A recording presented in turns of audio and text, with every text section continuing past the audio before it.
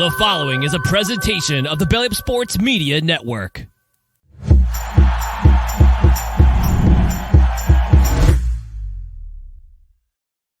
And welcome in, everybody, to Tier Tuesdays here with the HighLowSports podcast. We appreciate y'all for joining us for this week of Tier Tuesdays in the NFL. Kelsey is out for today, so it will just be me. We will just be going through my tiers, and I'll be giving a little explanation of why I think I have these teams where I do. And I will mention, Kelsey did ask me to say, though, there should be a tier just for the officials after some of these games. And I thought about doing that, but I couldn't quite add that one in there. I want him to be around because chances are, with the way of calls go, we might have another chance to do this again. I wanted him to be around for this one. But we're going to jump right into it and take a look at the tiers.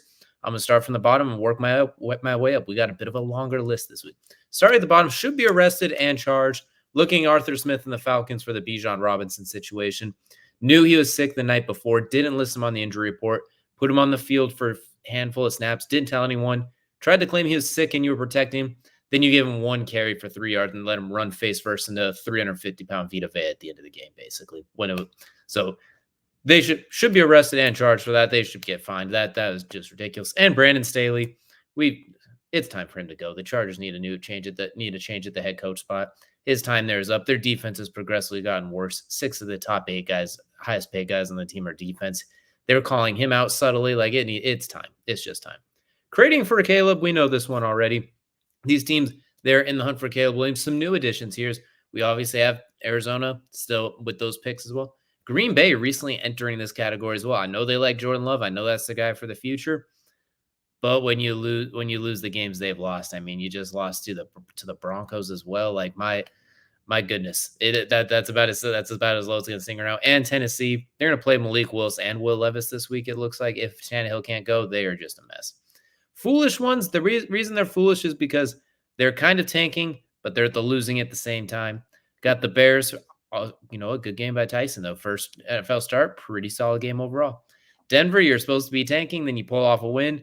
The Chargers, that we kind of went over that, Brand Staley. That entire team just needs a rehaul. They need a bye week real bad, even though they already had it. They need another one. Washington, my surprise pick. They can't get out of their own way. Samwell holds the ball too long. They don't pass block long enough. Their secondary can be Swiss cheese if they're not getting a pass rush. That team's just difficult. And then the Carolina Panthers didn't really play this week. Couldn't really do anything, but you are 0-6 at this point. So we're going to have you there. In fact, we're even going to drop that. There's nowhere to drop them. So we're going to leave them because they're sticking with Bryce. At least they kind of have to. Still in it. These teams are still in the race. So we got Tampa Bay, the Giants, the Jets, the Patriots, the Raiders, and the Vikings, all of them within a game or two of that 7th seed. So they're not that far off at this point. It feels like they were down in the dumps, but they could be right back in it. Frisky, we got the Cleveland Browns, who, Kelsey, I can already hear him not happy about this one.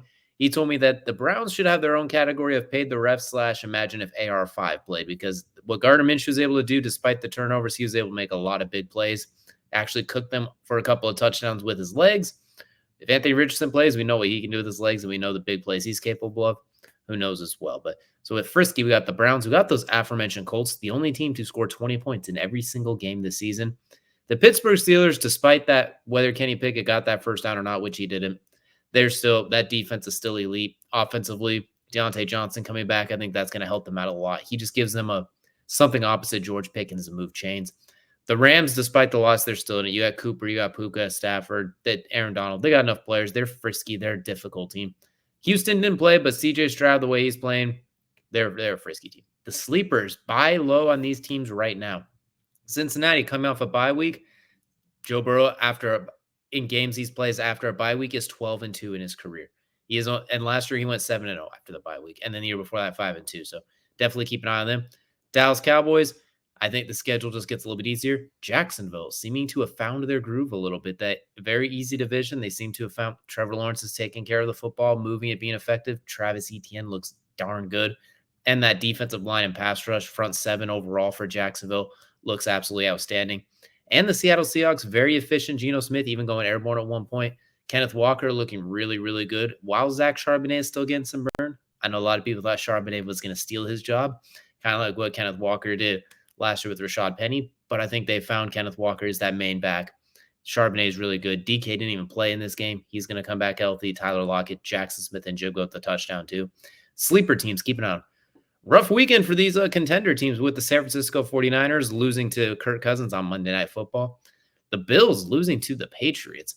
The Dolphins getting smacked around by the Eagles. The Lions getting ramrodded by the Ravens. And then the Saints, that was rough. It wasn't the weekend, but that was a rough one against Jacksonville. The contenders, you got the Eagles and the Ravens, two of the best performances of the year, arguably the best from the Ravens, and the Eagles not far behind. Then back to February, you know how it is. Taylor's version, Taylor, Kansas City. They are all headed. They are well on their way back to the Super Bowl. They've been playing. When Travis has Taylor Swift in attendance, he gets 100 yards a game. When she's not and it's just him, he's at about like 45. So you got to imagine she's going to be around. If she's around the rest of the way, especially for those playoff games and Super Bowl, looks like the Invitational will continue to go through Arrowhead, as they call it. But this is what we're looking at for Tier Tuesdays.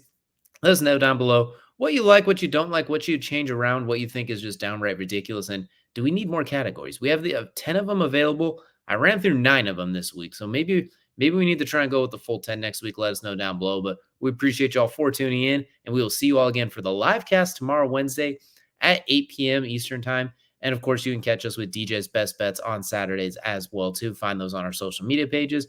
And you can catch our podcast anywhere you like to listen to your podcast, Apple, Spotify, Google, etc.